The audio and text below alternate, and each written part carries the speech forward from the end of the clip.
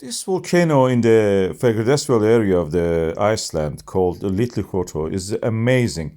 It started with a split in the ground and lava oozing out, creating tsunamis, wall collapsing, flooding, and then a rupture, followed by a wall collapse due to the creation of the cave because there was a ghost vent, a hidden vent inside the north wall of the volcano, which was eroding and make it weaker.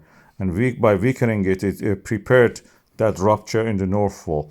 It looked as if it is repaired, but again, last night it started to crumble, and we had a lot of activity. You could see a stalactite inside it, and they were gradually falling apart and getting bigger. The shape of it is not triangular. But surprise, surprise, one day passed in the morning, we are looking at it, it has repaired itself. The shape actually is square-like, more or less, like what it was before. And the tallest part of the volcano is actually now above this cave, above the ghost vent. It is getting taller, it is repairing itself by adding. We have seen similar thing in the Fagradalsfjall volcano. We had a cave. Eventually this one collapsed, didn't last long.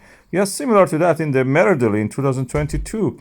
And this one also collapsed, didn't last long. So it depends on the level of the magma, which at the moment it seems is rising. The seismogram shows that the purple line, which is the low frequency burst and tremors related to the burst of the bubbles in the magma, is actually increasing. A batch of magma is getting closer and closer to the surface, which will contribute to the rise in the eruption level. Adding to the size of the eruption, although it is small compared to a volcano like Evo volcano in the Indonesia, or anything like what we have in the Sakurajima and the volcano in the Shisholdin in America, or Damavand or Popocatépetl in the Iran and Mexico.